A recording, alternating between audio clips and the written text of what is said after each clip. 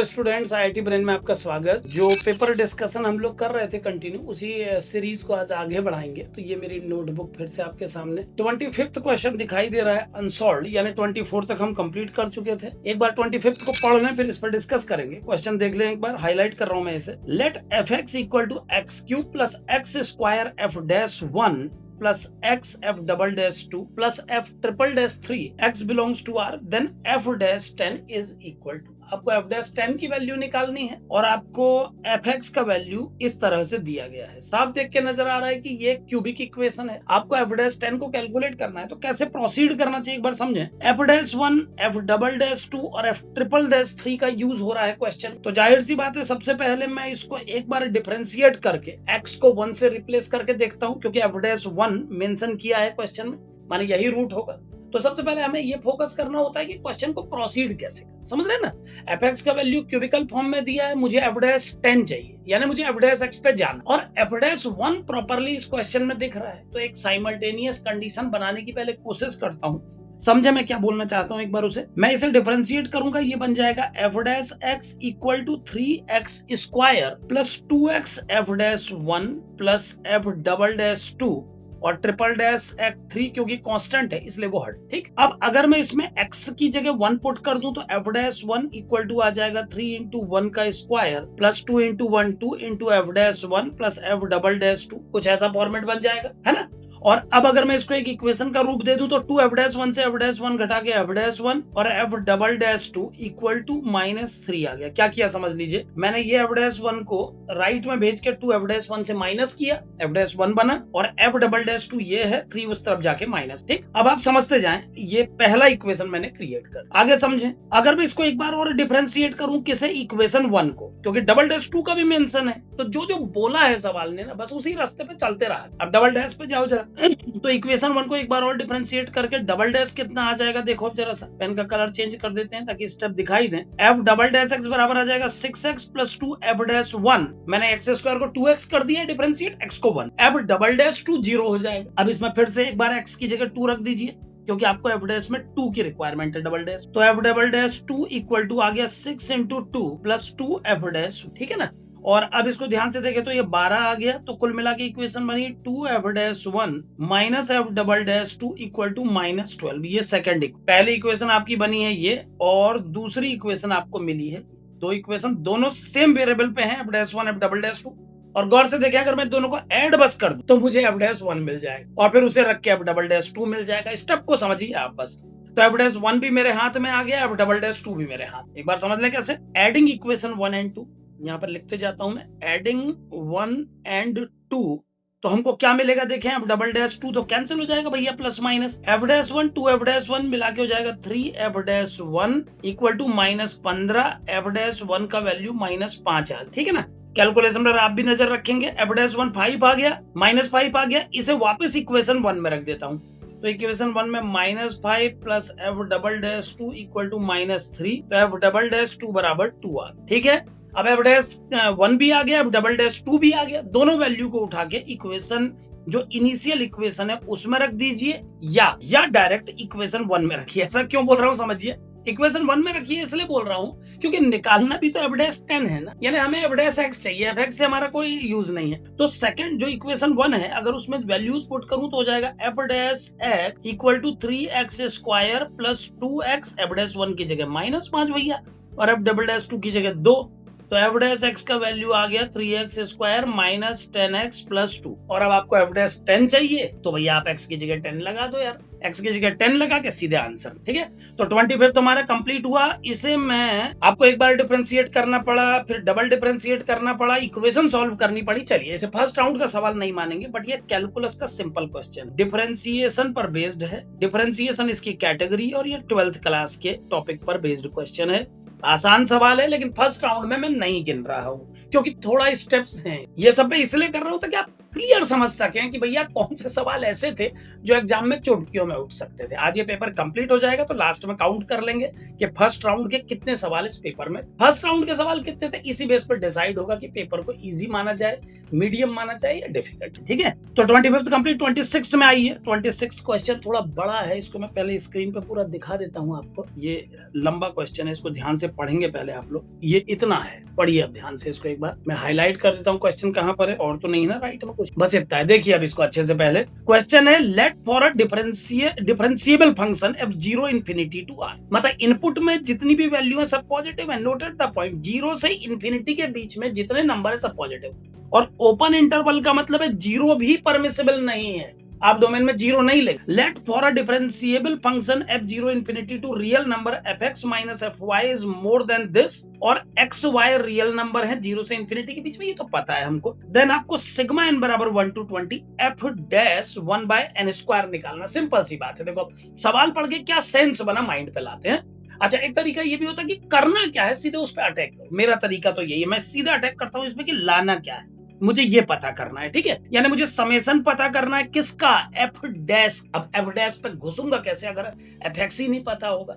तो कुल मिला के सवाल यही बना कि एफ एक्स पे जाओ, फिर एफ डैश एक्स पे आओ, और फिर समेशन। ठीक है ना। अब एक बार वो जो कंडीशन गिवन है उसके फॉर्मेट को चेक कर लेते हैं। क्या दिया है देखिए एक बार। सवाल में दिया है F X minus F Y is more than log E base X minus log E base Y. ये मैंने क्या किया, एक स्टेप डायरेक्ट लगा दिया, सुनिएगा।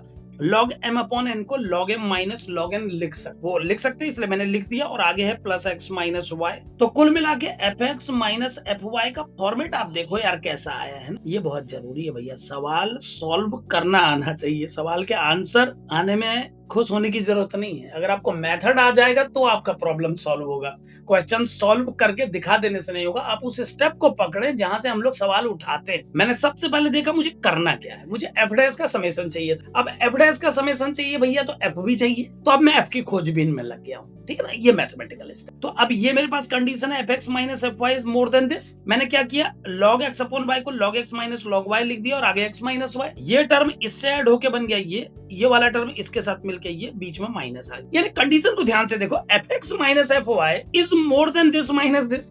कोई भी देख के बता देगा कि ये एफ एक्स जैसा रोल प्ले कर रहा है, एफ वाई के जैसा। ठीक है, लेकिन अगर इसको एफ एक्स इसको एफ वाई मानता हूं, अगर इसको एफ एक्स मानता हूं इसको एफ एक्स वाई मानता हूं, तो ये तो लिखा है कि दिस माइनस दिस से ग्रेटर होना चाहिए F X minus F Y. यानी इस कंडीशन को पढ़ के हमें पता लगता है कि एफ एक्स जो भी है वो बड़ा है log e base x plus x. समझ रहे हैं ना, क्योंकि एफ एक्स का रोल इस टर्म के इक्विवेलेंट प्ले हो रहा है, एफ वाई इसके करस्पॉन्डिंग बैठा हुआ है। और लुक मिलाइए, F X minus F Y and then the right side log x plus X minus log y plus. साफ नजर आ रहा है कि F X log x plus X से ज्यादा पावरफुल, और इसका मतलब ये हुआ कि एफ एक्स का जो ओरिजिनल लुक होगा वो log e base x plus some constant type हो। ये मैंने क्यों लिखा आप समझ गए होंगे, क्योंकि कांस्टेंट ही एक ऐसा टर्म है जिसको मैं इस पहले नंबर पे भी ऐड कर सकता था और दूसरे में, और जिसको ऐड करने से कोई फर्क भी नहीं पड़ता क्योंकि के कट जाता ना दोनों का। लेकिन अगर मान लीजिए मैं के की जगह कोई एफ डैश एक्स अपने मन से या कोई जी एक्स अपने मन से इसमें जोड़ता, तो मुझे यहाँ जी वाई जोड़ना पड़ता, फिर आप जी एक्स को जी वाई से काट थोड़ी पाते। तो इसका तय मतलब यह है कि जो भी फंक्शन सोचा हुआ है राइटर ने अपने माइंड में, उसमें कांस्टेंट इन्वॉल्व रहा होगा, वो इसके मुकाबले थोड़ा बड़ा रहा, क्योंकि लिखा ना एफ एक्स इससे बड़ा है, कुछ ज्यादा है उसके, तो बड़कपन दिखाने के लिए भैया एक कांस्टेंट दे दिया। मान लो ये पॉजिटिव कांस्टेंट है, तो मैंने एफ एक्स की वैल्यू को log x प्लस एक्स से थोड़ा बढ़ा दिया। अब मैं डिफरेंशिएट करूंगा ताकि मैं एफ डैश एक्स तक आ जाऊं। ये हो गया 1 बाय एक्स, ये 1, और के का तो सब खत्म हो गया, ये बन गया। और अब सवाल खत्म है, एक लाइन और लिखूंगा, फिर आप लोग निपटा ही लेना यार इसको। सिग्मा एन बराबर 1 to 20 F dash 1 by N square निकालना है। तो क्लियर बात है, अगर एफ डैश एक्स की वैल्यू हमने निकाल ली है तो इसमें एक्स की जगह ही 1 बाय एन स्क्वायर लगा दो ना यार। तो F dash 1 by N square बराबर आ गया 1 अपॉन एन स्क्वायर प्लस 1, यानी N square plus 1 type look है इसका, है ना। एन स्क्वायर प्लस 1 है, तो अब इसके बाद में नहीं, इसके बाद मुझसे पूछो, क्योंकि अब आप जानते हो कि ये सिग्मा एन स्क्वायर टूट के अलग होगा, और सीक्वेंस एंड सीरीज चैप्टर पढ़ाने के बाद तो कतई नहीं बताऊंगा, पूरा आपको पता है। अभी जो मैं पढ़ा रहा हूँ लगातार, पूरी थ्योरी करने का जो मैंने प्लानिंग किया हुआ है, उसमें ये चैप्टर में पूरा कंप्लीट कर चुका हूँ 18 क्लास। कहां से कहां तक, एनसीईआरटी से लेकर जेई मेंस के लिए। अभी कुछ दिन के लेक्चर उसमें एडवांस के और जुड़ेंगे भविष्य में, अभी लेकिन मेंस तक का पहले एक बार पूरा बना रहा हूँ, ठीक है ना। तो सिग्मा एन बराबर 1 to 20 F dash 1 by N square का फॉर्मूला ये लग गया, इसकी जगह मैंने ये लिख दिया और अब इसको दो पार्ट में ब्रेक। अब आप सिग्मा एन स्क्वायर का फॉर्मूला लगाइए, याद करना पड़ेगा आपको, और सिग्मा 1 एन हो, यहाँ पर 1 से 20 तक जोड़ना है, तो सिग्मा 1 का मतलब हुआ 1 + 1 + 1 + 1 + 20 टाइम, तो ये पार्ट तो 20 आ जाएगा। बाकी इसमें आपसे उम्मीद करता हूँ इसमें आप फॉर्मूला लगा के इसको भी खुद कर लेंगे तो मेरा उतना टाइम बच जाएगा और मैं ज्यादा क्वेश्चन डिस्कस कर पाऊंगा, है ना। क्योंकि एक दिन में 6-7 सवाल ही हो पा रहे हैं, हमें थोड़ा स्पीड इतनी रखनी होगी कि 10 कर दें एक दिन, तो 3 दिन में पेपर, ठीक है ना। राजेंद्र भाई हेलो, अब बैठे हैं। चलिए, तो अब आप इसके बाद यहाँ का पार्ट निकाल के इसको सॉल्व लेंगे, ठीक। इसको राउंड देता हूं मैं यार, इसको मैं आसान सवाल में, पता नहीं मेरा मन कर रहा है इसको आसान में गिनूं, लेकिन इस ग्रेटर को देख करके कई बच्चे ना आगे जजमेंट नहीं कर पाते हैं कि इसके आगे कैसे बढ़, या कई लोग इसी इक्वेशन में उलझ के रह जाते हैं, तो इसे फर्स्ट राउंड का सवाल कंसिडर करना ठीक है। मान लेते हैं कि थोड़ा डिफिकल्ट, क्योंकि एक स्पेसिफिक पॉइंट पर आकर के अपना माइंड भिड़ाना है, तो इसको छोड़ देते हैं फिलहाल। ये डिफरेंशिएबल फंक्शन का मतलब ये डिफरेंशिएशन का ही सवाल माना जाएगा, डिफरेंशिएशन इसकी कैटेगरी है, और साथ में सीक्वेंस एंड सीरीज को हल्का सा इसने यूज किया है सवाल, यानी ये 12th और 11th के टॉपिक की खिचड़ी है। फर्स्ट राउंड के लायक नहीं मानूंगा इसको, लेकिन कठिन भी नहीं मानू, बहुत कठिन सवाल नहीं था, सवाल करने योग्य था, फंसने लायक स्थिति सवाल में, ठीक है ना। चलिए, तो ये 26 भी हमने कंप्लीट किया, आगे बढ़ रहे हैं। 27 आपके सामने आ गया, इसमें आइए। 27th क्वेश्चन बड़े फॉन्ट में है आपके सामने, एक बार पढ़ लीजिए बस पहले। A fair die is tossed repeatedly until a 6 is obtained. अच्छा भाई, तब तक उछालता रहूंगा जब तक 6 ना, है ना, जब तक तोड़ेंगे नहीं तब तक छोड़ेंगे नहीं वाली कंडीशन लग रही है। Let X denote the number of tosses required and A is probability of X equal to 3। अब इनका मीनिंग पहले क्लियर समझ ले, पहले मैं पूरा पढ़ लेता हूं। B is probability in which case x is more than or equal to 3 and C is the case which represents probability when x is more than equal to 6 but in the condition कि x 3 से बड़ा हो चुका है। ये वो conditional case है जो आप लोग 12th की प्रोबेबिलिटी में मेन पढ़, 12th की प्रोबेबिलिटी में 3 ही खास बातें सीखते हैं आप, बाकी तो 11th का बच्चा भी प्रोबेबिलिटी जानता है। 12th में क्या सीखते हैं? कंडीशनल केस, टोटल प्रोबेबिलिटी, और फिर टोटल प्रोबेबिलिटी से एक और नया केस, बेस थ्योरम, बस जहां पर कहानी समाप्त हो जाती है बोर्ड एग्जाम की, है ना। तो उसमें ये लैंग्वेज इस्तेमाल की है कंडीशनल की, और ये फ्लैट लैंग्वेज है, ये दोनों तो बिल्कुल फ्लैट हैं, 11th का बच्चा भी समझता है इन दोनों को। आपको B+C/A निकालना है। फटाफट इसको डिस्कस करते हैं। देखिए, आसान सवाल है वैसे तो, लेकिन फर्स्ट राउंड के लायक है कि नहीं वो मैं पूरा एक बार कर लेता हूं, उसके स्टेप्स गिन के फिर बताता हूं क्या मेरा मन कह रहा, कैसे करना चाहिए, सुनिए। अब fair die is tossed repeatedly until 6 is obtained. फेंकते रहो, 6 आने का इंतजार करो। Let X denote the number of tosses required. X present कर रहा है टॉसेस की संख्या, 1 टॉस, 2 टॉस, 3 टॉस, कितने करने पड़े। अब ए जो सिंबल है वो एक्स बराबर 3 होने की प्रोबेबिलिटी, यानी 3 टॉस में आप विनर बने। अब मेरे बच्चों एक बात बताओ यार, अगर 6 लाके विनर बनना है और आपके और में 3 टॉस में एग्जैक्टली विनर बना, तो यानी पहले 2 बार में 6 नहीं आया हो, है ना। तो ए का वैल्यू सीधे सीधे लिख दे रहा हूं, कम लिखूंगा, ज्यादा दिमाग पे ले जाना। ये लीजिए, ए आ गया, खत्म। कैसे आ गया? ये पहले टॉस में 6 नहीं आया, दूसरे में भी 6 नहीं आया, और तीसरे में 6 आ गया, तभी तो एग्जैक्ट 3 टॉस में आप विनर बने। तो ए का वैल्यू तो भैया यहां पर लिख देता हूं, जिस लैंग्वेज में चल रहा, मुझे लग रहा है सवाल आसान। इसका फॉर्मेट देख के बी क्या है सुनिए। बी क्या कह रहा है? वो कह रहा है 3 या 3 से ज्यादा टॉस में आप जीत के दिखाएं। 3 या 3 से, अब 3 या 3 से ज्यादा का मतलब सुनिए। 3 टॉस में जीतने का मतलब तो बगल में लिखा, वहीं से नकल मार लेता हूं। लो, 3 टॉस में जीतने की प्रोबेबिलिटी बगल में ए है, ठीक। अगर 4 टॉस में जीतोगे तो 3 टॉस में पहले हारना पड़ेगा, यानी 5/6, 5 यार क्यूब लिख देता हूं सीधे ना, इतना काय को लिखूं। जो बैठे हैं एग्जाम में वही लोग ये सब देखते हैं और उनको आता है सब, पहले वो पढ़ चुके होते हैं ना पूरा, ठीक है ना। चलिए, तो ये बन गया आपका। तो ए का वैल्यू तो बिल्कुल क्लियर है, 5/6, 5/6 2 बार, एक बार 1/6, 2 बार हारे, एक बार जीत। अब बी क्या कह रहा है कि प्रोबेबिलिटी कि एक्स 3 से या 3 के बराबर हो या बड़ा हो, तो यानी कि 3 टॉस में जीते हुए, या 4 टॉस में, या 5 में, या 6 में, तो 3 में जीतने की प्रोबेबिलिटी ये हो। 2 में हारे, 1 में जीते, बगल से ही उठा लिया मैंने। अब 4 में जीतने के लिए 3 बार हारना पड़ेगा भैया, चौथी बार जीतना पड़ेगा। 5 के लिए क्या होगा देखो, 5 के लिए 4 टॉस में हारना पड़ेगा, 5वीं बार जीतना पड़ेगा, और अगले बार 5 में हारना पड़ेगा, 6 में जीतना पड़ेगा, और ऐसा ही चलता रहेगा इनफाइनाइट। ये मतलब होता है बी, जिस लैंग्वेज में ये लिखा है। और अब अगर इसमें से मैं 5² और 6 क्यूब को कॉमन ले लूं ना हर टर्म से, तो ये बन जाएगा 1 + 5/6 + 5/6 का स्क्वायर प्लस ऐसे ही टर्म इनफाइनाइट। और जीपी के समेशन का फॉर्मूला एक बार लगा लेते हैं, तो ये बन जाएगा A/1 - आर। 1 - 5/6 होता है 1/6, यानी 6 ऊपर आ गया एक प्रकार से ना, तो 5 का स्क्वायर अपॉन 6 का क्यूब, एक 6 देख लो यार, समझ ही गए होगे तुम लोग। अब 6 से एक 6 की पावर कट जाएगी तो ये 2 पावर बचेंगे। तो बी का वैल्यू तो और सुंदर आया है, ये आ गया, मैं यहाँ लिख देता हूँ 5/6 स्क्वायर स्क्वायर। क्या बात है, ये था 5 स्क्वायर बाय 6 क्यूब और बी है 5 स्क्वायर बाय 6 स्क्वायर। 5 में बी स्क्वायर, 6 में बी स्क्वायर, ठीक हो गया। अब सी पे आते हैं। सी क्या लिखा है? सी इज द प्रोबेबिलिटी कि 6 या 6 से ज्यादा टॉस में आप जीते, जबकि ये दिया हुआ है कि 3 से ज्यादा टॉस में ही आप, मतलब ये बताया जा चुका है कि आप 3 से ज्यादा टॉस में जीते हैं। इस शर्त पर आपको इस बात की प्रोबेबिलिटी बतानी कि आप 6 या उससे ज्यादा, ठीक है ना। चलिए sir, any tips exam CBSE मतलब बोर्ड एग्जाम के लिए, सचिन भाई अगर आप बोल रहे हैं तो बोर्ड एग्जाम के लिए तो सबसे बेस्ट टिप क्या होती है ना यार, बोर्ड एग्जाम में मैथ्स देखो, 12 या 15 लेसन है टोटल। जैसा हम अपनी कोचिंग में करते हैं एग्जैक्ट वही बता देता हूँ। लास्ट मोमेंट पे सीधे सिचुएशन क्या होती है, हर बच्चे को एक ही सजेशन, 15 दिन मैथ्स के पेपर के लिए, अभी तो मुझे लगता है 15 दिन होंगे, और एक दिन में एक चैप्टर भी अगर पूरा डिटेल में देखना चाहो ना तो आराम से हो, मतलब एक दिन रखो एक चैप्टर के लिए, दूसरा दिन दूसरे चैप्टर के लिए, एक चैप्टर फिनिश करने के बाद बाकी टाइम और सब्जेक्ट, तो ये 15 दिन में 15 चैप्टर फिनिश है ना।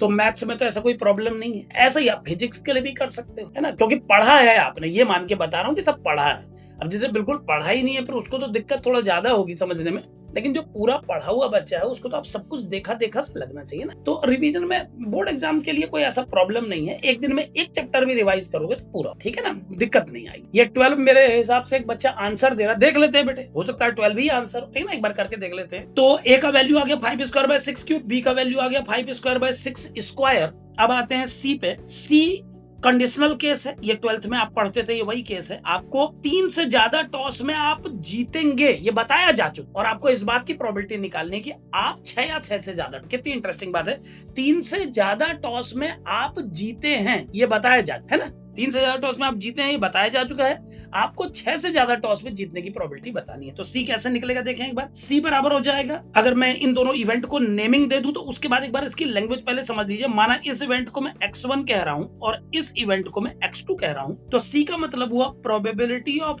x1 intersection x2 divided by probability of x2। ये फॉर्मूला मैं बिल्कुल बोर्ड एग्जाम की तर्ज पे लगा रहा हूं ताकि आप भी देख सके कि यार बोर्ड एग्जाम के सवाल भी आए थे, इसी लेवल का क्वेश्चन बोर्ड एग्जाम भी पूछ ले। इसका लेवल तो बोर्ड एग्जाम का लेवल है, ये कंडीशनल केस है, प्रोबेबिलिटी ऐसी बोर्ड एग्जाम भी पूछता है।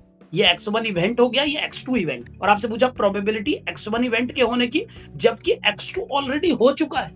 और इसका फॉर्मूला होता है कंडीशनल प्रोबेबिलिटी का, प्रोबेबिलिटी दोनों इवेंट के इंटरसेक्शन की डिवाइडेड बाय प्रोबेबिलिटी उस इवेंट की जो ऑलरेडी हो चुका। और अब इसमें वैल्यू लगाने की देर है। ऊपर क्या इवेंट है, इस बात की प्रोबेबिलिटी कि 6 या 6 से ज्यादा इवेंट में आप जीते हो, इंटरसेक्शन 3 से ज्यादा में जीते हो। तो अगर 3 से ज्यादा में जीते हो, 6 या 6 से ज्यादा में जीते हो, इसका इंटरसेक्शन निकाला जाए तो इसका मतलब यही होगा 6 या 6 से ज्यादा में जीते हो, क्योंकि 6 या 6 से ज्यादा में जीतोगे तो दोनों को सेटिस्फेक्शन मिलेगा, इस इवेंट को भी और इस इवेंट, ठीक है ना। तो चलिए 6 या 6 से ज्यादा में जीते की कंडीशन लिख देते हैं, तो वो हो जाएगी 5/6 की पावर 5 इंटू 1/6, ये 6 बार में जीता। अच्छा 7 बार में जीता के लिए 6 बार हारो पहले, 8 बार के लिए 7 बार हारो पहले, and dash dash up to infinity. ये मैं क्या लिख रहा हूं एक बार समझ लीजिए। ये बोला है 6 या 6 से ज्यादा बार में जीतो, हारने की प्रोबेबिलिटी होगी 5/6 और जीतने की 1, क्योंकि 6 ला के बस, तो एक ही नंबर है जो आपको जिता सकता है, बाकी 5 नंबर आपको हरा रहे हैं। इसलिए मैं यहाँ पर हारने के लिए 5/6 लिख रहा हूँ और जीतने के लिए 1/6। यहाँ पर आपको 2 बार हारना था, तीसरी बार जीतना था, तो मैंने 2 बार हराया, 1 बार जीत। अगले केस में आपको 3 बार हारना था, 1 बार जीतना था, तो गौर करिए ना, मैंने हारने की 3 पावर, जीतने की 1 पावर। ऐसे यहाँ पर 6ठी बार में जीतना था, 5 बार हराया, 6ठी बार, 6 बार हराया, 7वीं बार जिताया, 7 बार हराया, 8वीं बार जिताया, अप टू इन्फिनिटी, ठीक है ना। और डिनोमिनेटर में क्या आएगा, 3 से ज्यादा बार जीतने की प्रोबेबिलिटी, 3 से ज्यादा बार में जीतने की प्रोबेबिलिटी, तो यहाँ पर क्या आ जाएगा सुनिए, 5/6 की पावर 4 बार में जीतोगे, इसका 3 बार हारोगे, चौथी बार जीतोगे, या 4 बार हारोगे, 5वीं बार जीतोगे, प्लस अप टू, यानी ये जो कंडीशनल केस है इसमें ऊपर भी एक फॉर्मूला नीचे भी एक फॉर्मूला। अब ऊपर वाले में से 5/6 की 5 पावर और 1/6 तो कॉमन आ जाएगा। अब ब्रैकेट में जो सीरीज बचेगी वो क्या होगी आप लोग जानते हैं, लिख देता हूं फिर भी आपके लिए, लीजिए ये सीरीज बचेगी ऊपर अप टू इन्फिनिटी, और नीचे क्या बचेगा, 5/6 का क्यूब और 1/6 तो बाहर आ जाएंगे, अंदर बचेगा आपका 1 प्लस 5/6 प्लस 5/6 का स्क्वायर अप टू इन्फिनिटी। क्या बात है यार, ऊपर नीचे एक सही बच रहा है, ये तो कट गए, मेहनतें कम हो गई, यानी सी को निकालने में लग रहा था ज्यादा मेहनत लगेगी, इसमें और कम लग रही है, कट भी रहे हैं टर्म, 1/6 भी कट गया लो, और ये आ गया आपका क्या, 5/6 का 5 पावर और ये 5/6 का 3 पावर, 2 पावर बची, यानी 5 की पावर भी 2 और 6। सी और बी बिल्कुल सेम आ, है ना। और अब आपसे कहा b प्लस सी अपॉन ए, तो कुछ मत करिए, आप b की वैल्यू आपके सामने है, a की वैल्यू आपके सामने है, c की वैल्यू आपके सामने है, इन वैल्यूज को अप्लाई कीजिए और आंसर है ना। बाकी एक बच्चा 12 बहुत पहले से आंसर कह रहा है, मे बी वो करेक्ट हो, उसने किया हो ये सवाल एग्जाम में, तो उसका आंसर सही हो सकता है। बस आप लेके एक बार चेक कर लेना, बी और सी को जोड़िएगा, बी ये है, सी ये है, इन दोनों को ऐड कर दीजिएगा और ये जो आपका ए है इसको डिनोमिनेट, ठीक है ना। तो आंसर अगर 12 आ जाए तो फिर उसको शाबाशी देनी पड़ेगी, और जो मेरे से भी फटाफट कर ले रहा है। तो 27 ठीक है ना, 27 कंप्लीट। 28 की तरफ आई। 28 क्वेश्चन आपके सामने है स्क्रीन पे, 28 क्वेश्चन आपके सामने है स्क्रीन पे। ये लीजिए, मैंने इसको मैक्सिमम साइज दे दिया है, इसके बाद थोड़ा जगह मुझे चाहिए होगी, तो क्या है एक बार पढ़ लें 28 क्वेश्चन को। 28 में आते हैं। 28 क्या है देखिए जरा सा, ये सवाल, अच्छा ऊपर वाले सवाल की वो नहीं की यार, इसकी ग्राफिंग नहीं की, इसकी ग्राफिंग भी कर देता हूँ। ये प्रोबेबिलिटी का सवाल है, प्रोबेबिलिटी का चटक सवाल है 12th क्लास का, और इतनी कैलकुलेशन कराई कि I can not consider it as a first round question. शुरू के 70 मिनट के टाइम फ्रेम पे इसको नहीं उठाना चाहिए, ये आपका टाइम कास्ट। हालांकि ओरल कैलकुलेशन है, जो तगड़े में मुंह में कर लेते हैं मैथमेटिक्स उनके लिए ठीक है, बट फिर भी तीन चीजें निकालना, मतलब टाइम 1 मिनट का पार हो ही जाएगा, 2 मिनट भी, इसीलिए बाद के फ्रेम पे जब रिलैक्स हो जाए तब करें इसको, ठीक है ना। लेकिन करें जरूर, कठिन नहीं, अभी तक कठिन सवाल कोई आया नहीं है, लेकिन इसको फर्स्ट राउंड में हम नहीं गिनेंगे। अगले में आइए 28वां सवाल पढ़ते हैं, एक बार आप लोग भी पढ़ लें parallel. Let the area of the region X Y, एक रीजन है, ठीक है, एक्स वाई कोऑर्डिनेट की लैंग्वेज में बताया है, x minus 2y plus 4 more than 0, x plus 2y square is greater than 0, x plus 4y square is less than equal to 8, y is greater than 0। ये 4 condition दी हैं एक graph को बनाने। तो फर्स्ट राउंड के लायक तो नहीं मानता हूं, क्योंकि इतनी सारी इक्वेशंस दी हैं, डेफिनेटली इनके सॉल्व करके इंटरसेक्टिंग पॉइंट भी निकालने होंगे, तो इसमें टाइम लगेगा, फर्स्ट राउंड के लायक नहीं है। लेकिन अब सवाल है क्या, कैसे होगा वो सिखा देता हूं एक बार, क्योंकि अगले राउंड में इसी तरीके के सवाल फिर आने का चांस बनेगा ना, तो अभी सीखे रहेंगे तो उस समय कर पाएंगे। Let the area of the region, एक सेकेंड इसको थोड़ा और बड़ा कर दिए, let the area of the region X Y, इस लाइन, इस पैराबोला और इस लाइन की इनइक्वलिटीज बनाई गई हैं, और इन 4 कंडीशन से एक रीजन को बांध रखा है राइटर ने, और फिर उस रीजन पे सवाल पूछता है कि उस रीजन का जो एरिया है वो m/n है। अगर m और n को प्राइम है तो m प्लस n की वैल्यू बतानी है। बढ़िया सवाल की फ्रेमिंग कहीं कठिन, लेकिन थोड़ा कैलकुलेशन और सॉल्विंग होगी, वो फटाफट में दिखाता हूं आपको कैसे। सबसे पहले 2-3 स्टेप कर ले रहा हूं, उनको समझ जाइए। ये लाइन है और ये पैरा है ना, तो मैं इन दोनों को सॉल्व कर ले रहा हूँ, ठीक, 1 और 2 को मैं यहीं पर इनकी नंबरिंग कर देता हूँ। जब मैं सॉल्व करूंगा तो मैं नंबर से बात करूँ, 1 2 3 नंबरिंग कर दी मैंने, इसकी कोई नंबरिंग नहीं कर रहा हूँ। ये बस हमें ये इंडिकेशन दे रहा है कि y ग्रेटर देन 0। इसका मतलब आपको इस ग्राफ के नीचे वाले हिस्से पे नहीं जाना, आप केवल y की पॉजिटिव वैल्यू पर ही अपना फोकस रखिए, ये कह रहा है। इसका मतलब जो x एक्सिस की स्टैंडर्ड लाइन होती है उसके नीचे के हिस्से को भूल जाइए, बस ऊपर के हिस्से पे काम करना है, उसी तरफ का एरिया आप निकालेंगे, y इज ग्रेटर देन 0 का ये, ठीक। अब अगर मैं 1 और 2 को सॉल्व करूं तो क्या आउटकम मिलेगा, देखें। मैं 1 इक्वेशन से x का वैल्यू नहीं, y का वैल्यू उठा के x के टर्म में लगा देता हूं, ज्यादा कंफर्टेबल होगा। तो y का वैल्यू आ जाएगा x प्लस 4/2 प्लस, नहीं ये मैंने अच्छा नहीं किया,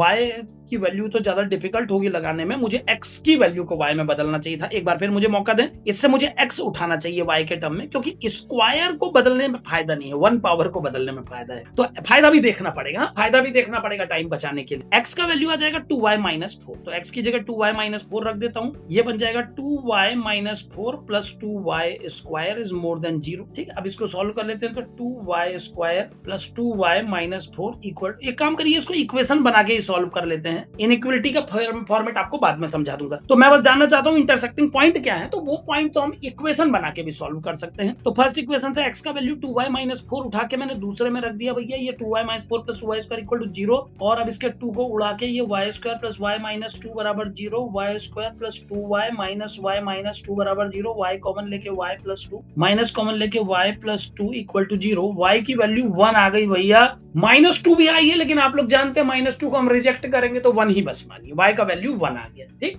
अब y का वैल्यू 1 आ गया तो x भी निकाल लीजिए इसी लाइन में रख कर, रखिए जरा y को 1 रख के x का वैल्यू कितना आ जाएगा, x minus 2 plus 4 x minus 2 आ, तो यही लिख देता हूं कि x का वैल्यू करस्पॉन्डिंगली माइनस 2 आ गया। ये है मामला 1 और 2 का। अब मामला निकालते हैं 1 एंड 3, ठीक है ना। 1 एंड 2 का हिसाब कर लिया, 1 एंड 3 का करते हैं। फिर से 1 से x की वैल्यू उठा के लास्ट वाले में रख रहा हूं, तो ये बन जाएगा 2y minus 4 plus 4y square equal to 8।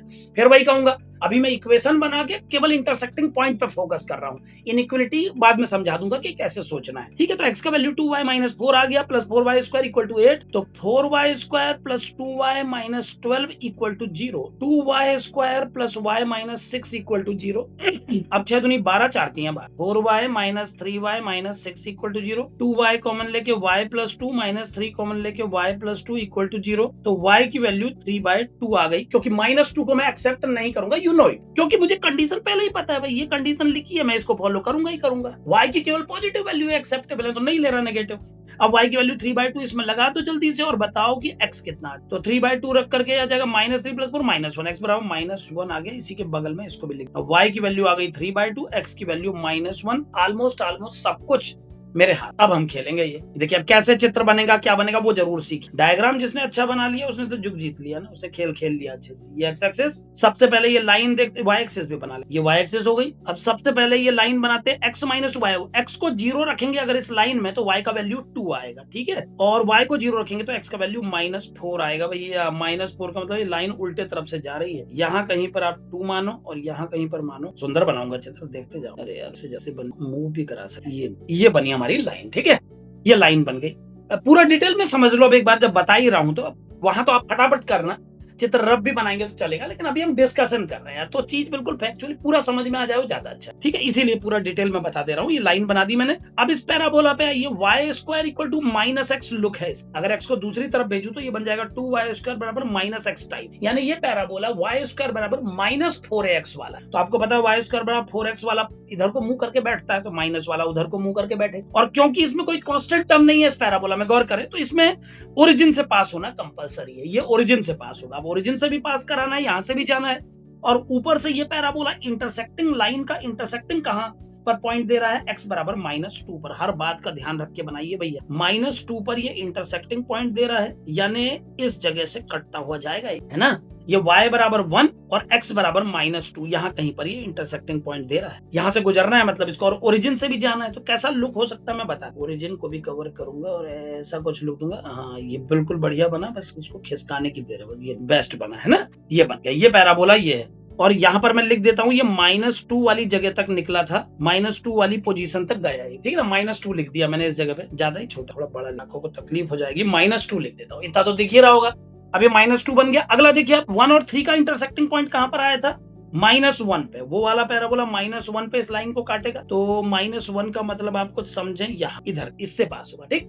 और उस पैराबोला की इक्वेशन क्या है, y(x + 4y square equal to 8। तो ये हो गया 4y स्क्वायर। एक बार इसका लुक देखें पहले क्या है, ये बन जाएगा 4y square equal to 8 - x। तो 4y स्क्वायर बराबर माइनस कॉमन लेके x -8, इसका मतलब ये भी y स्क्वायर -4x ही है, उल्टा ही मुंह होगा इसका भी। और साथ में ये शिफ्ट भी हुआ है 8 कदम, क्योंकि जहां x लिखा होना चाहिए था बच्चों, वहां x -8 लिख, माने ये ओरिजिन से पास नहीं होगा, 8 कदम पीछे खिसक। आप समझ सकते हैं ना। अगर इसको मैं और दोबारा लिख के आपको समझाऊं तो ये ऐसा है, 4y square equal to -x -8। अब अगर कोई मुझसे पूछे सर y 0 कब होगा, तो आप समझ सकते हैं y को 0 करने के लिए x को 0 रखने की जरूरत नहीं पड़ेगी, 8 रखने की जरूरत। इसका मतलब ये x एक्सिस में शिफ्ट हो गया है, 8 कदम इधर को आ गया है। तो समझिए अब 4 अगर इतने को माना है भैया, तो 8 तो इतनी दूर मान लेता हूँ करीबन अनुमान से, अच्छा चित्र बनाने के लिए। और अब अगर मैं पैराबोला दिखाऊं इस पॉइंट से गुजरते हुए, तो इसका लुक होगा, तो लाइन हाई चलाया नहीं, कर्व तो ऑन किया ही नहीं, रुकिए कोशिश और करता हूँ, ये कुछ ऐसा बने, बड़ी यहाँ से पास कराइए और बिल्कुल वहां से पास हो रहा है। गजब बन रहा है, हर बार अच्छा बन रहा है। कभी कभी मैं भी अच्छे चित्र बना देता हूँ। और एक्स एक्सिस जो गायब हो गया गलती से, उसको वापस ले आता हूँ, ये लीजिए एक्स एक्सिस, ठीक है। अब देखिए चित्र कुछ ऐसा बन रहा है, ये इस तरीके का फॉर्मेट बन रहा है। ये दोनों पैराबोला भी इंटरसेक्ट करेंगे अगर, तो वो पॉइंट भी निकाल लेते हैं, हालांकि उसकी जरूरत पड़ेगी कि नहीं पड़ेगी वो अभी देख लेते हैं। ये -1, ठीक। अब -2 -1 चित्र में आपको दिखे, ये 8 वाली पोजीशन, -2 -1 8 दिख रहा है, ठीक है ना। सारी चीजें दिख रही है। अब करना क्या है वो सुन, पहले सवाल में समझ लो कि करना क्या है। ये क्वेश्चन में 10 मिनट लगे थे, पेपर 119 आया था, आंसर लगता गलत है पर सही निकला, बहुत बढ़िया, सही किया। 10 मिनट लेकिन ज्यादा हो गए बेटे, 10 मिनट था तो सबसे अंत में जब सब कुछ निपट जाता है, अगर अंतिम 10 मिनट जब कुछ हाथ नहीं लग रहा था तब किया अगर आपने, तो बहुत बढ़िया। लेकिन पेपर के बीच में फिजिक्स के सवाल अगर पड़े थे बहुत सारे, और केमिस्ट्री करनी बाकी थी, और कोई सरल सा मैथ्स का सवाल लल्लू पंजू सा पड़ा था, उस समय अगर आपने 10 मिनट लगाए तो गलत किया। एग्जाम में देखो, एग्जाम में बैठने का एक बहुत इंपॉर्टेंट रूल ये भी है कि आपको नॉलेज होनी चाहिए कि क्या कब छोड़ दे, छोड़ने का नॉलेज होना, क्या करना है से ज्यादा जरूरी ये है कि किस वक्त क्या छोड़ देना। अच्छा सवाल देखो, इसको पढ़ के हर किसी को लगाओगे कर तो लूंगा ही, क्योंकि एरिया का सवाल कौन नहीं कर पाता। लेकिन जब आपको लग रहा था कि टाइम इतना खा रहा है तो रोक सकते थे, आप कहते बाद में करेंगे। और अगर आपने अंतिम पलों में किया कि भाई अब कुछ हाथ नहीं लग रहा, सब कुछ लूट चुका हूं इस पेपर से और अब मेरे पास टाइम बचा और ये अंतिम सवाल है, तो उस बच्चे ने बहुत, फिर 10 क्या 15 मिनट लगे, फिर तो टीचर के कॉपी छीनने तक या कंप्यूटर के बंद हो जाने तक करते रहो, क्या फर्क पड़ रहा है ना। चलिए, तो ये बन गया। अब करना क्या है एक बार देख लेते हैं। अब आपको करना क्या है, आपको एरिया निकालना जिस रीजन का, पहले वो रीजन कहां पर है देख लेते हैं। लाइन है x minus 2y plus 4 more than 0, तो अगर मैं इसमें x और y की जगह 0 लगाऊं यानी ओरिजिन लगाऊं तो ये इक्वेशन सेटिस्फाई हो जाएगी। ये जो मैंने बोला इसको समझिएगा, x माइनस 2y, ये मैं इनइक्वलिटी को बनाने में कई बार बच्चे जब हम पढ़ाते तो बच्चे पूछते हैं सर ये कैसे जज करते हैं कि इधर का रीजन लेना है कि उधर का रीजन, ये समझा रहा हूं। एक बार ध्यान से समझ लीजिए, कोई भी एक पॉइंट उठा के ना आप इसका जजमेंट कर सकते हैं बेटे। जैसे ये इक्वेशन है x minus 2y plus 4 more than 0, तो मैं क्या कह रहा हूँ, x और y दोनों की जगह 0 0 लगा दो, माने ओरिजिन रख दो, तो आ जाएगा 4 इज ग्रेटर देन 0। अब बताओ ये 4 इज ग्रेटर देन 0 एक सही स्टेटमेंट है या नहीं? सही है, दुनिया जानती है कि 4 0 से बड़ा है। इसका मतलब ओरिजिन रखने पर इस इक्वेशन ने सही परफॉर्म किया। इसका मतलब जिस रीजन की बात चल रही है वो ओरिजिन की तरफ है और ओरिजिन यहाँ है, तो इसका मतलब लाइन के नीचे वाले हिस्से की बात चल रही, ऊपर तरफ की बात नहीं। तो अब हमको ये पता लग गया कि हमें रहना है वाई एक्सिस के पॉजिटिव साइड, और अब ये भी पता लग गया कि हमें रहना है इस साइड। तो ऑलमोस्ट हमको ये पता लग गया कि अब हमें इन दोनों लाइनों के बीच का हिस्सा उठाना है, हमको इसके बीच में कुछ उठाना है। ठीक, तीसरी बात कहता है ये पैराबोला देखो, अभी x प्लस 2y स्क्वायर मोर देन 0 है ना, x प्लस 2y स्क्वायर मोर देन 0। अब इस पे एनालाइज, ठीक, तो 0 रखे तो चेक नहीं होगा, अगर आप 0 रखेंगे तो 0 तो इससे पास ही हो रहा है। कुछ और रख के दिखाता हूँ, एक बार इसमें 8,0 रख के देख। अगर आप x y की जगह 8 और 0 रखते हैं, 8,0, तो क्या बनेगा देखते हैं। 8 रखने पर ये बन जाएगा 8 और ये बन जाएगा 0, और हम जानते हैं 8 0 से बड़ा। इसका मतलब ये जो लाल वाला पैराबोला है ये कह रहा कि मेरे इस हिस्से में मत जाना, मेरे इस हिस्से में, ये अपने बैक वाले हिस्से में जाने की बात। तो ग्रेटर लेस का पता लगाने के लिए ना एक पॉइंट का, अगर आप, अब कई बार बच्चे बोलते हो सर जिस तरफ आपको भेजना होता है आप उस तरफ का ही चेकिंग कर लेते हो, ऐसे तो हमेशा ही आ जाएगा ना, ऐसा नहीं करता हूं। एक बार एक काम करो, इसी पैराबोला में -1,0 को रख के, x की जगह -1 और y की जगह 0 रख के देखो, तो ये बन जाएगा -1 प्लस 0 ग्रेटर देन 0। आप खुद बताओ क्या ये बात सच है? ये झूठ है, -1 0 से बड़ा कभी नहीं हुआ। इसका मतलब अगर आप गलत साइड के पॉइंट पे टेस्टिंग करेंगे तो आप सेटिस्फाई होंगे ही नहीं, गलत आ जाएगा आपका इवैल्यू, है ना। तो अगर आप इस तरफ के किसी पॉइंट से चेक करना चाहें तो बेशक करिए, ये शक मत करिए कि सर जहां आपका मन कर रहा है वहां चेक कर ले रहे हो। अगर आप इधर के पॉइंट पे चेक करेंगे तो आपकी इनइक्वालिटी झूठी सा, अगर आप इधर के पॉइंट पे करेंगे तो सही साबित हो जाएगी। तो आप इस तरफ के रीजन में, अब आपका रीजन क्या बचा देखिए, ये लाइन के बीच में थे आप, ये लाइन के बीच में थे, और अब आपने तय कर दिया पैराबोला के इधर को रहूंगा, यानी इस इलाके में कहीं पर आपका सामान है, यहाँ कहीं पर हुआ, ठीक। और अंतिम इस इक्वेशन से एक बार बात हो जाए दो चार, x plus 4y square is less then 8, तो इसमें ओरिजिन ही रख के देख लो यार, x को 0 y को 0 अगर मैं रख दूं तो 0 से ग्रेटर 8, और ये बात परम सत्य है, ये मुझे 8 0 से बड़ा होता मैं जानता हूं। इसका मतलब ये पैराबोला कह रहा कि उस हिस्से को चुनना जिस तरफ ओरिजिन है, और ओरिजिन यहाँ पर है, तो ये कह रहा मेरे नीचे अंदर वाले हिस्से को चुनो, इस इलाके को। अब चारों की बात सुन, चारों नियमों को जान के जो हिस्सा हम चुनेंगे वो क्या होगा, पहले लास्ट में किया बहुत अच्छा किया, लास्ट में अगर किया बेटे तो बहुत बढ़िया काम किया ना, लास्ट में करना बेस्ट, ऐसे सवाल लास्ट में ही रखने, ठीक है ना, लास्ट में रखने। जब मतलब ऐसे सवाल हैं भैया कि जब 296 का इंतजाम हो चुका है और अंतिम 4 नंबर बच गए, तब टाइम लगता ही है इनमें करने में, है ना। जैसे अभी तो मैं आपको समझा रहा हूँ, वैसे मैं मैथ्स और तेज कर, लेकिन फिर भी शकल बता रही है इस सवाल की कि 4-5 मिनट कहीं नहीं। कोई सवाल तो ऐसा आएगा ही ना एग्जाम में यार जो टाइम खाऊ होगा, सब लल्लू पंजू से थोड़ी आ जाएंगे, ABCD लिखने को थोड़ी आ जाएगा, है ना। तो ये पहचानना बहुत जरूरी होता है कि क्या छोड़ने की नॉलेज होना भी एग्जाम, ठीक है। चलिए, अब जो हिस्सा चारों की सहमति से निकला है एक बार उसको देख तो लो पहले, वो हिस्सा क्या बना है एक बार देखो। ग्रीन कलर के पेन से दिखाता हूँ आपको, ये लाइन के नीचे का हिस्सा, नहीं यहाँ कहा मैंने ग्रीन लाइन बना दी, सॉरी, हाईलाइट कर देता हूँ ज्यादा अच्छा रहेगा। हमें किस इलाके में रहना पहले आप समझ लीजिए, हमें इस लाइन के नीचे रहना था, इस कर्व के अंदर रहना था बच्चों, इस लाइन के ऊपर रहना था, और इस कर्व के पीछे रहना था। माने कुछ ये हिस्सा आपको निकाल जो मैंने हाईलाइट किया। अब मैं इसको हाईलाइट ही कर देता हूँ ताकि आप इसको परमानेंटली, ठीक है, ये हिस्सा आपका आंसर है, आपको ये निकालना, ये हिस्सा है जो आपको चुन, ठीक। और अब इसको चुनने का सिंपल सा फंडा है कि आप सबसे पहले इस बड़े कर्व में यहां से यहां तक का पूरा हिस्सा निकाल लीजिए। अब सुनिएगा मेरी बात ध्यान से, -1 से लेकर 8, -1 से लेकर 8 तक ये पूरा पहले लपेट, है ना, ये इस वाले काले पैराबोला के नीचे लिखते भी जाऊं क्या, -1 से 8 तक लिख दे, जगह भी कम है फिर भी कोई नहीं, छोटा छोटा लिख दूंगा, आप समझ जाइए बस इस थीम को। -1 से लेकर 8 तक आपको ये वाले पैराबोला के अंदर का पार्ट चाहिए। इससे y की वैल्यू निकालो, क्या निकलेगी, 8 - x अपॉन 4 का अंडर, 8 - x अपॉन 4 का अंडर रूट dx। ठीक है, ये मैंने निकाला इस वाले पैराबोला से। जो हिस्सा आ गया होगा उसके दर्शन भी कर लो, साथ साथ हाथ जोड़ लो, उसके सामने जो एरिया निकालना था ये निकला होगा, ये टुकड़ा, इतना हिस्सा निकल गया, मतलब ये पूरा हमने कवर अप कर लिया। ठीक, अब क्या करूंगा इस बात जानते हो, इसके बाद इस लाइन से रिक्वेस्ट करता हूँ कि भैया ये हिस्सा आप दे दो, है ना। अब ये हिस्सा निकालने के लिए क्यों मसला करूं यार, ट्रेपेजियम के लिए भी अब मेहनत करनी पड़ेगी क्या, ट्रेपेजियम का तो ऐसे ही निकाल देता हूं, क्या लिख देता हूं सुनिए, +1/2 सम ऑफ पैरेलल साइड्स, ये हाइट है 1 और ये है 1.5, अभी पढ़ा था हमने, देखो ये 1 है और ये 3/2 है, तो 1/2 sum of parallel sides into बीच का सेपरेशन, तो इनका सेपरेशन 1 ही है, तो ये एरिया तो मजाक गया, ये एरिया तो निकल गया, सीधा ही लिख दो, क्योंकि जब हाई स्कूल में फॉर्मूला पढ़ा 1/2 sum of parallel sides into distance between them, तो ये डायरेक्ट लगा दो, कोई वहां आपको ऑब्जेक्टिव परीक्षा में देख तो नहीं रहा कोई कि एरिया बाउंडेड रीजन लगाया कि नहीं लगाया, ठीक है ना। और अब जो दो एरिया आपने निकाले अगर उनको ऐड कर दिया जाए तो जो एरिया आ जाएगा वो सुनिए, एक एरिया ये आ गया, एक एरिया ये आ गया, मतलब ये पूरा कवर अप। लेकिन मेरे बच्चों निकालना थोड़ी था, आपको निकालना था केवल इतना हिस्सा, ये आपको इतना बस। तो अब क्या करो, ये लास्ट पैराबोला के इतने पार्ट के नीचे ये जो हिस्सा इसको माइनस कर देते हैं, इतना माइनस करते ही आप अपने आंसर की तरफ आएंगे। तो वो भी लिख देता हूं, -2 से लेकर 0 तक भैया इस पैराबोला से y मांगो।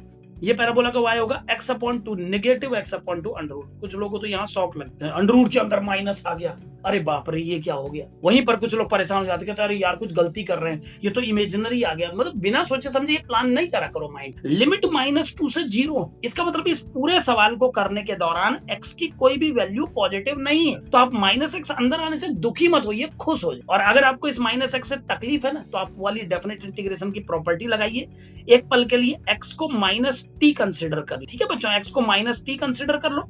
ऐसा करने से आपके सवाल के रूट के अंदर का माइनस भी उड़ जाएगा और लिमिट भी खूबसूरत हो, ये 0 -2 से 0 बदल के 2 से 0 हो जाएगा। उसके बाद करिए आप, तो पहले अपने दिमाग का टेंशन निपटा लो फिर करो। अब ये इंटीग्रेशन 5 पैसे का इंटीग्रेशन है, ये तो करना ही नहीं पड़ा, ये भी आप कर ले, है ना। और एक क्रांतिकारी हमारा भाई बता रहा है 119 आंसर आ रहा है। अब ये आंसर सही, उसने वैसे कह रहा है कि सही निकला, इसका मतलब ये करेक्ट था, तो आप लोग इसको चेक कर ले। अगर 119 आ रहा तो बहुत, इसका मतलब मैं भी सही कर रहा हूँ, है ना, क्योंकि कैलकुलेशन गलती मुझसे भी होती है भाई, लेकिन एक बार चेक करके आप देखें, बहुत हाथ बचा बचा के करता हूं मैं, फिर भी अब इंसान है, हर कोई गलती हो जाती है कभी कभी। तो ये वाले पार्ट को आप सॉल्व करें, ये एक सिंपल इंटीग्रेशन है। कौन सा फॉर्मूला लगेगा आप समझ गए होंगे, 4 बाहर चला जाएगा 1/2 बन के, और 8 - x की हाफ पावर का इंटीग्रेशन हो जाएगा 8 - x की 3/2 पावर बाय 3/2, और एक माइनस बाहर से आ जाएगा क्योंकि x के आगे माइनस। सिंपल इंटीग्रेशन है, x की पावर n वाला फॉर्मूला लगेगा, इससे आसान कुछ नहीं होता है। और ये मैंने आपको हिंट दे दी है, खत्म सा सवाल है। तो इसको सॉल्व करके देखिएगा, जो फ्रैक्शन में आंसर आएगा उसके न्यूमरेटर और डिनोमिनेटर के नंबर्स को ऐड करके आपको आंसर। और एक बच्चा 119 बोल रहा है, इसको आप लोग चेक कर ले कि क्या यही आंसर आ रहा है। तो इसके आगे मैं उम्मीद करता हूं आप लोग कर लेंगे, ठीक है ना। तो जो मेन पार्ट है वो मैं समझा के सवाल को अब से आगे से ऐसे ही छोड़ा करूंगा, जो लास्ट पार्ट बचता है आप खुद कैलकुलेट कर लिया करें। ऐसे में मैं बार बार बता रहा हूं कि ज्यादा डिस्कशन कर, जैसे इस पेपर में हमने 5 दिन लगे, अब अगली बार हम कोशिश करेंगे 4 दिन का टारगेट लेके चलेंगे, ठीक है ना, फिर उसका 3 दिन का लेके। तो उसके लिए जरूरी है कि मैं एक स्टेप पे आके छोड़ दूं, फिर कहूंगा आप लोग कर लीजिए, तो आप करें, है ना। और ये 300 सवाल पूरे जिस दिन हो जाएंगे ना, तो आपकी मैथ्स काफी मेरे को लगता है इंप्रूव होगी, क्योंकि हम डिस्कशन कर रहे हैं हर सवाल पे डिटेल, ठीक है। चलिए 28वां सवाल इस तरह से कंप्लीट हो जाएगा, और अब m+n आप निकाल लेंगे। फर्स्ट राउंड का सवाल बिल्कुल नहीं है ये, और इस सवाल की कैटेगरी है ये एरिया बाउंडेड रीजन का सवाल है, 12th क्लास का चटपट। इनइक्वलिटी भरपूर तरीके से इस सवाल में इस्तेमाल की गई। तो 28th क्वेश्चन कंप्लीट कर लेंगे आप। 29 में आइए, 29th क्वेश्चन आपके सामने स्क्रीन पे है पूरा, लीजिए इसको एक बार आप पढ़ लीजिए। इफ 8 = 3, ये क्या है भाई, 8 = 3 लिखने की क्या जरूरत थी, 5 = लिख देता सीधे। चलिए स्टाइल है, कोई बात नहीं बनाने वाले का।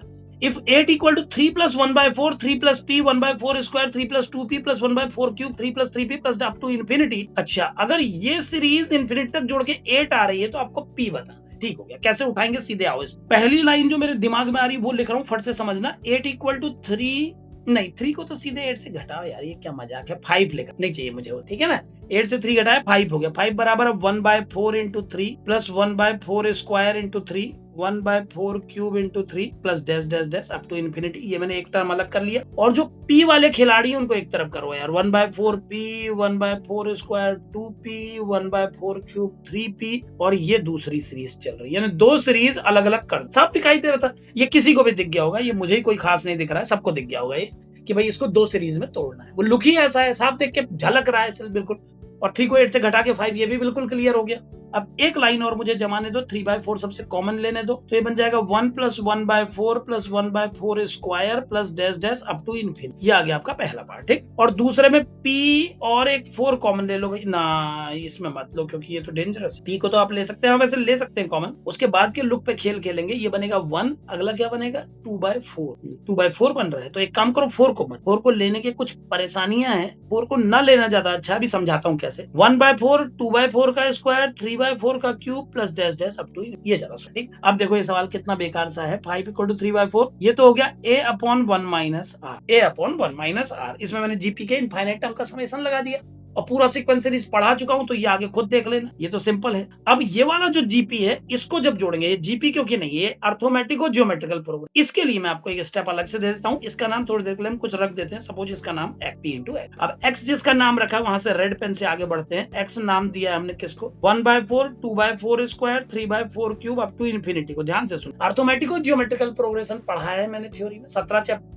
क्लास में पूरा खत्म किया सीक्वेंस एंड सीरीज, सारी थ्योरी है उसमें, एनसीईआरटी लेवल से लेकर मेंस तक सब। तो उसमें क्लियर बताया था कि अर्थोमेटिक और ज्योमेट्रिकल प्रोग्रेशन को सॉल्व करने की सेट मेथड बनी हुई है कि जो जीपी इसमें चल रही है उसके कॉमन रेशियो से मल्टीप्लाई करके एक कदम आगे बढ़ा। तो जीपी इसमें चल रही है 1/4, 1/4 स्क्वायर, 1/4 क्यूब, 1/4 से मल्टीप्लाई कर दीजिए ना दोनों तरफ, तो ये 1/4 जो है 1/4 स्क्वायर बन जाएगा, ये वाला 4 क्यूब बन जाएगा।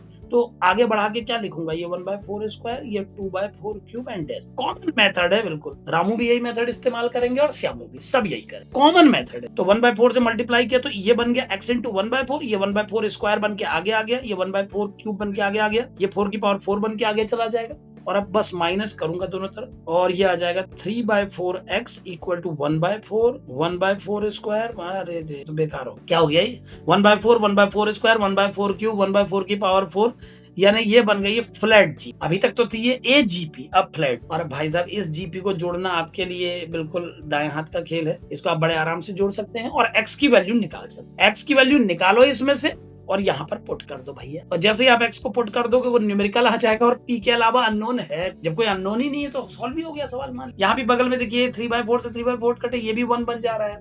मतलब सिंपलेस्ट क्वेश्चन मानिए आप इस, क्योंकि ये पूरा पार्ट इस पूरे पार्ट से कट जाएगा, 5 से 1 घट के 4 = p × x। अब इसे सॉल्व करके x निकाल के रख देना, p निकल जाएगा। किसी बच्चे ने कर दिया शायद। चलिए, तो ये तो पूरा हो गया ना, ये वाला कर लेंगे आप, ये वाला क्वेश्चन छोड़ दूं यहाँ पर ना, पक्का उम्मीद है मुझे कर लेगा। और मैं इसको यार सिंपल कैटेगरी में डाल दूं क्या, बहुत ही एजीपी हालांकि इन्वॉल्व, लेकिन एजीपी का भी लेवल ऐसा ही था खत्म। अगर एजीपी ना एन टर्म की होती तो थोड़ा आफत निकालती, लेकिन ये इनफाइनाइट टर्म की जो एजीपी होती है बहुत खूबसूरत, इसका फॉर्मूला बहुत सुंदर है ना, a/1 - r, इतने से काम चल जाता है। तो इसको फर्स्ट राउंड का सवाल माना जा सकता है, 1 मिनट या 1.25 मिनट के अंदर बच्चा इसको कर सकता है, थोड़ा सा तो तेज चल, ये निपट सकता। और इसकी कैटेगरी क्या रख दूं, एजीपी, और क्लास है 11th क्लास में एजीपी कंसेप्ट पे आ रहा है, ठीक है ना। तो ये सिंपल क्वेश्चन है, कर पाएंगे इसको आप। रिपीट करूं बेटे, कौन बोल रहा है, गणेश भाई पहुंच गए हैं, रिपीट करूं क्या, चलिए रिपीट कर देते। गणेश भाई क्या दिक्कत आई एक बार बताएंगे तो और मजा आएगा। देखिए क्या है, एक सीरीज दी थी, ये देखो आपके सामने है सीरीज, जो पहला टर्म 3 था, ये तो मुझे नहीं पता यार क्या माइंड में आया बनाने वाले के, 8 यहाँ लिखा, 3 यहाँ लिखा। बहुत अच्छा लगता है अगर 8 से 3 को पहले ही घटा के 5 ही लिख देता।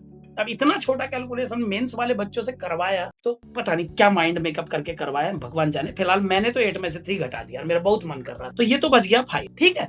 उसके बाद हर जोड़े में से पहला टर्म उठा करके गणेश भाई एक सीरीज बनाई, और हर जोड़े का दूसरा टर्म उठा करके दूसरी, तोड़ा 2 सीरीज में, इसको टूट गया। अब ये इसको देखा तो मतलब दिल खुश हो गया, ये जीपी थी। देखिए इतनी फ्लैट जीपी, 3/4 बाहर आया है जीपी। इसके आगे क्या ही बताऊं यार तुम लोगों को, मतलब 12th में बोर्ड एग्जाम देने के बाद, तुम लोग तो सीनियर स्टूडेंट हो, सब जानते हो पहले से ना, तभी तो मेंस में बैठे हो। तो ये वाला पार्ट तो आपने खत्म, तो सिंपल ही हो गया। सारी कहानी इस पे टिकी है। ये जो जीपी आपको दिखी, ये जीपी नहीं बन पाई, ये सीक्वेंस जीपी नहीं बन, ये अर्थोमेटिको ज्योमेट्रिकल प्रोग्रेशन बन। और अर्थोमेटिको ज्योमेट्रिकल प्रोग्रेशन में मतलब फिक्स रूल एक बता रखा था मैंने, अपनी थ्योरी पढ़ाते वक्त भी बताया था कि इसमें जीपी के कॉमन रेशियो रेशियो से मल्टीप्लाई। यही किया आपने 1/4 से, जैसे ही मल्टीप्लाई किया तो ये 1/4 बन गया 1/4 स्क्वायर, ये 2/4 स्क्वायर बन गया 2/4 क्यूब, ये 3/4 क्यूब बन गया 3/4 की पावर 4 एंड घटाया आपने, ये आपके सामने x की वैल्यू पड़ी है भाई। अब बताओ इसको सॉल्व कर पाओगे कि नहीं कर पाओगे? आगे बढ़ने दो यार, कर लोगे, मेरे को तो लगता है कर लोगे इसको, इसमें थोड़ी अटकोगे। तो ये फर्स्ट राउंड के लायक सवाल है, एजीपी का है, 11th क्लास का मटेरियल इसमें यूज होगा, ठीक है ना। अंतिम सवाल नंबर 30 पे आ रहे हैं। एक पेपर समाप्त होने वाला, इसको करने दो आज इसको समाप्त, और अगले पेपर में 4 दिन का टारगेट लेके चलेंगे। 5 दिन में एक पेपर हुआ सॉल्व, एक्चुअल में डिस्कशन में टाइम लग जाता है ना, लेकिन अगली बार कोशिश करेंगे 4 दिन में पेपर निपटे, फिर 3 दिन में। इसके लिए करना मुझे यही होगा कि सवाल का आंसर निकालने की मैं कोशिश, इस पेपर में शुरू में एक्चुअली में हर सवाल का आंसर तक आंसर निकाल के दिखा रहा था, ये आंसर देखो मैच किया वो क्या, ये स्टेप छोड़ूंगा बाद, तब ये 10 पेपर हम फटाफट करके वापस अपने थ्योरी वाले टॉपिक पे। हमारा टारगेट आपको पता है 32 चैप्टर पूरे 11th-12th के खत्म करने का टारगेट है, जल्दी से जल्द कंप्लीट मैथमेटिक्स एनसीईआरटी लेवल से लेकर मेंस लेवल तक, और जैसे ही मेंस खत्म होगा उसके बाद उसमें एडवांस की फाइल जोड़ूंगा, उसमें आपको आना उस सवाल के लिए। पहले तो एनसीईआरटी के जो एडवांस के सारे सवाल आए हैं आज तक आईआईटी में उनको उठाएंगे, मतलब अच्छे सवाल, और उसके बाद कुछ अपने मन से जो देता हूं मैं कुछ और बाउंसर सवाल वो दूंगा, ठीक है ना। सबकी फाइल बना के डिस्कस करेंगे। तो अंतिम सवाल पे आइए, 30वां क्वेश्चन क्या एक बार पढ़ लेते हैं, सरल है कि कठिन है ये भी पता लग जाएगा। If alpha satisfies the equation x² + x + 1 = 0, ठीक। हालांकि इस इक्वेशन के रूट रियल तो नहीं हो सकते, ये आप जानते हैं। इसके रूट क्या होते हैं? ये वही इक्वेशन है जिसके रूट ओमेगा और ओमेगा स्क्वायर कहलाते, ये वही इक्वेशन है जिसके रूट ओमेगा और ओमेगा स्क्वायर कहलाते हैं, ठीक है ना। अब सुनिए, क्योंकि आप गौर करें, जब हम 1 का क्यूबिक रूट निकालते हैं, हालांकि ये सब पता होगा लेकिन एक बार याद दिलाने के लिए बता रहा हूं, 1 का क्यूबिक रूट को अगर मैं x मान लूं तो 1 क्यूब करने पर दोनों तरफ 1 = x³ आ जाएगा, x³ - 1 = 0, और इसको फैक्टर में तोड़ूं तो x - 1 × x² + x + 1 बराबर, यानी एक आंसर तो 1 आया, बाकी 2 रूट इसके अंदर है। अब आप जानते हैं 1 के 3 रूट में तीनों तो रियल नहीं हो सकते, 1 के तीनों रूट रियल नहीं, ये बात हमने कॉम्प्लेक्स नंबर पे पढ़ी थी। एक बार आपको वो सर्कल कंसेप्ट बता देता हूं जिससे हम 1 के क्यूबिक रूट को जानने की कोशिश करते हैं, और सबसे आसान तरीका होता है क्यूबिक रूट को जानने का। ये मैंने देखिए एक्स एक्सिस बनाया और ये मैंने बनाया इमेजिनरी एक्सिस, ठीक है, क्योंकि रियल एक्सिस के बस की बात नहीं है 1 के 3 रूट बता पाना। क्या होता है ना, कभी भी हम 1 के क्यूबिक रूट निकालें, 4th रूट निकालें, 5th रूट या 10th रूट निकालें, वो सारे रूट इस सर्किल में सिमेट्री से बैठते हैं। अब एक बहुत खास बात बताऊंगा, मॉड्यूलस सबका 1 होता है, ये बात याद रखना। 1 के क्यूबिक रूट 3 होंगे, 1 के 4th रूट 4 होंगे, 1 के 10th रूट 10 होंगे, लेकिन मॉड सबका 1 ही है, यानी मैग्नीट्यूड सबका 1 है। यही वजह है कि मैं उनको एक सर्किल पे बना रहा हूं। ये मैंने जो सर्किल बनाया इसकी रेडियस आप 1 मान लो, ये 1 रेडियस का सर्किल है। तो कॉमन सी बात है यार, तुम 1 का क्यूबिक रूट निकाल रहे हो तो मॉड्यूलस तो 1 ही आएगा ना, लेकिन उसकी वैल्यू क्या होगी वो लिखने पर हमारा गेम चल। तो सबसे पहले याद रखिए, इस सर्किल में सिमेट्री से जितने रूट बनाने पहले बना लीजिए, आपको सब समझ में आ जाएगा। जैसे हमें 1 का क्यूबिक रूट निकालना तो हमको पता है 3 आंसर आएंगे, वो 3 आंसर सिमेट्री से बैठाने की कोशिश कीजिए जरा। देखिए पहले मैं रफली बनाता हूँ फिर फेयर बनाऊंगा। पहला रूट बैठाऊंगा मैं यहाँ पर, क्योंकि 360 डिग्री है मेरे पास, 360/3 होता है 120। दूसरा रूट बैठाऊंगा 120 डिग्री पे यहाँ पे, और अगला फिर 120 में 120 जोड़ो 240, यानी यहाँ बैठ गए तीनों सिमेट। यही है 1 के 3 क्यूबिक। अब आप कहें सर ये है कौन, तो ये पहला वाला है 1 cos 0 + iota sin 0। ये वाले को दुनिया कहती है 1 cos 120 + iota sin 120, और इसका नाम है 1 cos 240 + iota sin 2। अब ऐसे अगर आपको आयोटा अगर 1 के 10th रूट निकालने तो 10 होते ना, तो 360 को 10 से डिवाइड कर दो, 36 आया। तो क्या हुआ पहला रूट 1 cos 0 + iota sin 0, दूसरा होगा 1 cos 36 + iota sin 36, अगला होगा 1 cos 72 + iota sin 72। ये इनको लिख, अब सिंपली सॉल्व करके निकाल। तो 1 के 3 क्यूब रूट में से एक तो 1 खुद होता है, बाकी तो इमेजिनरी होता है, और उन्हीं को पढ़ने के लिए एक नोटेशन बनाया जाता है। बाकी 2 रूट में एक को ओमेगा कहा जाता है, एक को ओमेगा स्क्वायर।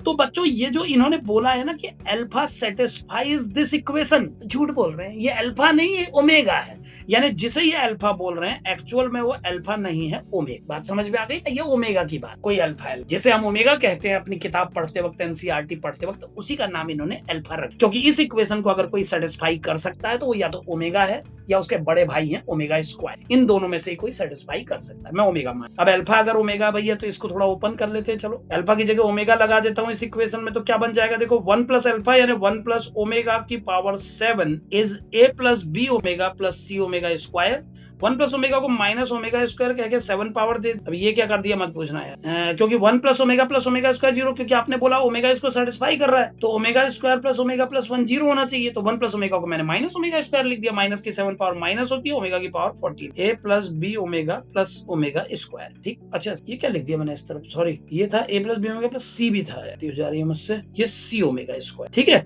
और अब ओमेगा की 14 पावर में आप जानते हो, क्योंकि ये क्यूबिक रूट ऑफ यूनिटी है और x को मैं ओमेगा लगा सकता हूं, तो जब मेरा मन करेगा मैं ओमेगा क्यूब को 1 मान लूंगा। अगर ओमेगा क्यूब 1 है तो ओमेगा की 12 पावर तो फिनिश हो गई, बची 2 पावर, तो माइनस ओमेगा स्क्वायर बराबर आ गया ए plus B omega plus C omega square. और क्योंकि एक बड़ी खास बात इस सवाल में लिखी थी कि एबीसी तीनों पॉजिटिव है, ये देखो एबीसी तीनों पॉजिटिव, तो मेरे को करना पड़ेगा इस माइनस को यहाँ से रिमूव करना पड़ेगा मुझे, क्योंकि माइनस कैसे ले सकता हूँ जब राइटर ने बोला है कि एबीसी में कोई भी नेगेटिव नहीं हो सकता। तो क्योंकि नेगेटिव नहीं हो सकता तो मैं माइनस ओमेगा स्क्वायर को दोबारा लिख देता हूँ 1 प्लस ओमेगा। ये मैंने कैसे लिखा आप लोग खुद सोचिएगा, माइनस ओमेगा स्क्वायर को मैंने लिख दिया 1 प्लस ओमेगा, इस इक्वेशन की है, ठीक है ना। और अब ये बन गया a plus B omega plus C omega square. तो कंपेयर कीजिए दोनों तरफ, तो a बराबर आ गया 1, b बराबर आ गया 1, c बराबर आ गया। अब a b c सब आपके सामने है, वैल्यू लगाओ, आंसर, ठीक है ना। अब जो भी आंसर आएगा आप निकाल लीजिएगा। और ये हमारा पहला पेपर, इसके बाद बस मैथ्स के 2 सवाल खत्म हो। अभी फिलहाल हम मैथ्स को टारगेट लेके चल रहे हैं, मैथ्स एक बार निपट जाए फिर फिजिक्स पे आए। फिजिक्स दूसरे नंबर पे रखी है इस बार मैंने डिस्कशन में, ठीक है ना। फिजिक्स पे बहुत सालों से डिस्कशन कर रहा हूँ, लगातार वीडियोस फिजिक्स पे ही बनाता रहा हूँ, इरोडो के बनाता था, क्रोटो के, और कुछ थ्योरी लेक्चर्स भी पढ़ाए। अब इस फॉर्म में एक बच्चे को पढ़ाने वाले पैटर्न के वीडियो बनाऊंगा मैथ्स के बाद फिजिक्स, मतलब एक एक करके सब्जेक्ट्स को रिवील करूंगा, ठीक है ना। चलिए बाय, आज की क्लास यहीं पर एंड करेंगे।